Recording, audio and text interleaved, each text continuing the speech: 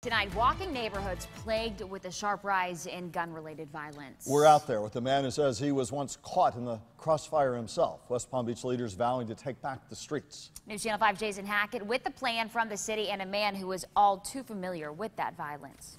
Jason.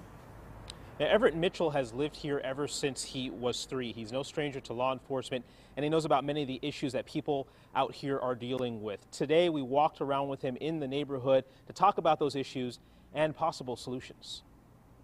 Come outside and you see what you're going to see. And a recent conversation with a young man in his neighborhood sticks out in Everett Mitchell's mind.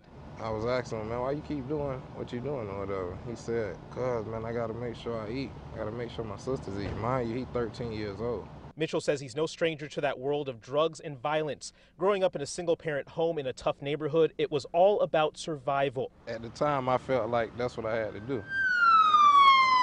And he says that is the very root of the problem West Palm Beach is dealing with now, especially in the area north of Banyan to 25th Street. Overall in the city, 44 shootings, double that of last year, including a shooting yesterday that left one man dead.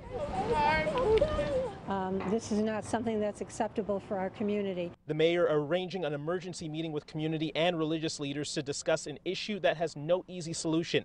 Those leaders saying one of the biggest issues is trust. Because there's a generation between 16 and 24 who had a hard time trying to reach. Because their culture is not to talk to police and not to exchange ideas with those in authority. Mitchell agreeing that it's about trust and mentoring and teaching that there's more to life than survival. Show the kids that just because you're living in this neighborhood, you don't have to be involved with what's going on. Now, police say they're trying to counteract the violence. They say they will be increasing patrol from Banyan north all the way to 25th Street. So Banyan is where the blue dot is here on this map, all the way north up until about 25th Street. Meanwhile, Mitchell says he's doing things on his own to see if he could decrease some of the violence. He says he's opening up an arcade. He's also hosting a hip-hop festival later this month. Later this year, I should say. Anything, he says, to keep kids engaged and off the streets. Live tonight, Jason Hackett, WPTV News Channel 5.